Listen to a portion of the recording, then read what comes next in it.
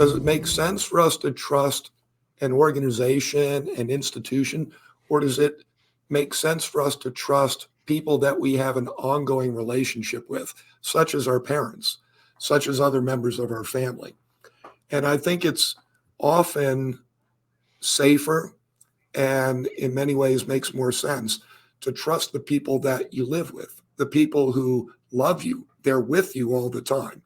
And then when you look in the scriptures and you find passages like Deuteronomy 6, which talks about the role of a parent in raising a child and talking about, every day when you wake up, talk about these things, write these things together, discuss these things as you're walking down the road together, tie them on your forehead, loop them onto your wrist, all of these things about the importance of faith and how it's really the parents' responsibility to make sure that that's happening.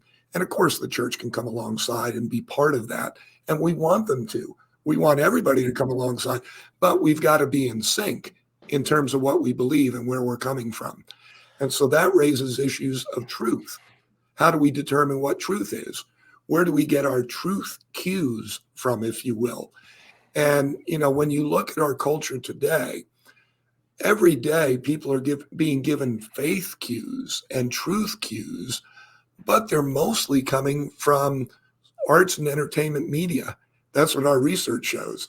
And so do we feel comfortable allowing television programs and networks, movie studios and the movie vehicles they put out, the music companies and the songs that they're releasing, the video games that kids are faced with, social media platforms? Do we feel safe allowing them to take the place of parents in teaching our children right and wrong, in teaching them good and bad, appropriate and inappropriate, and giving them morality cues and values cues of how to live life? I'll tell you, as a parent, I don't, based on what I've learned about those kinds of cues that are being sent from those media outlets.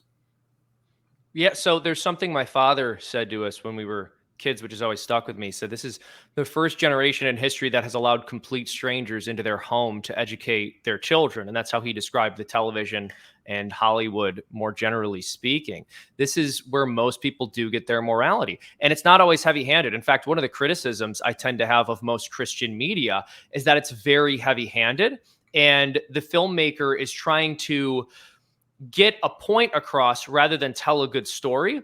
Whereas the reality is there is truth in story. This is really important. This is why Christ uses parables all the time in the Bible. This is also why God wrote history. History is, in a sense, a story. It's a narrative. We can understand it. This is how humans are meant to contextualize and understand things. So when you have the media putting stories out that actually have some goodness in them, they wouldn't be believable or interesting stories if there wasn't some goodness in them, if there wasn't some kernel of truth.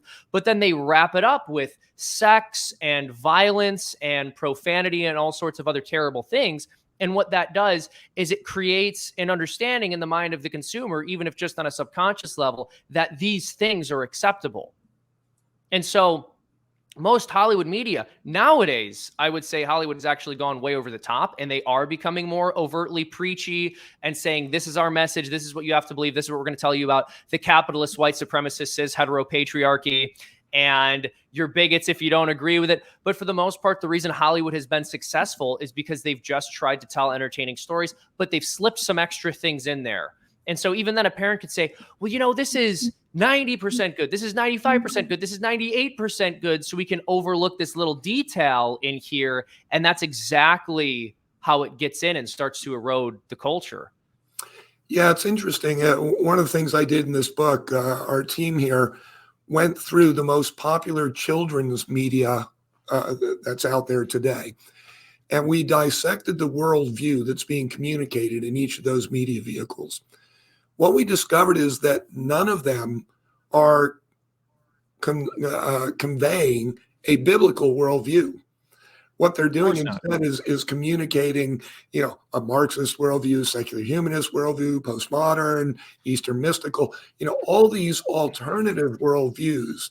but they wrap it up in these entertaining and heartwarming stories and, really intellectually challenging tales that people get into. And then we studied the kids who are watching these things. And what we found is that they trust those media vehicles now.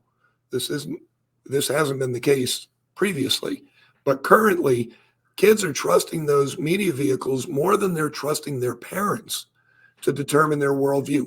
And the reason we found out is because when you understand the context of what a child is going through today, they're trying to figure out, these are kids before the age of 18, or age of 13. They're trying to figure out, who am I? Why am I here? What is life about? Who am I going to become? Who should I become? How can I become that person? What is success? All of these kinds of big life issues. That's what we call worldview. And so they're trying to put their worldview together. And what we've learned is that a person's worldview is pretty much solidified by the age of 13, because you have to answer those questions to get through the day. Otherwise, you're just a mess, intellectually, emotionally, spiritually. You feel cognitive dissonance at all times. So you answer those questions. And when they turn to their parents, who they trust more than anybody initially, what they find is that their parents tell them one thing, but then do another. And what we found is that worldview is caught as much as, or even more than, it's taught. And so when they see that their parents are contradicting themselves, they say one thing, do something different. Don't watch R-rated movies, then the parent goes watch an R-rated movie. Don't swear, then the parent swears. All these kinds of things. What their children decide is, gosh, I didn't realize it, but I guess my parents are on that same journey I am. They're just as confused as I am.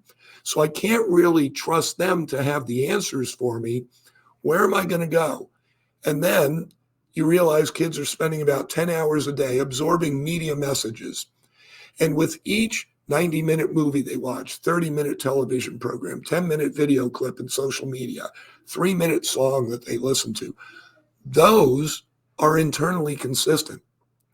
And so the kids are saying, these people have figured it out. I can learn from this movie. I can learn from this song. I can learn from this social media platform, because they're consistent. Their message is always the same. So it must be working for them. They must know that that's the right way to do things.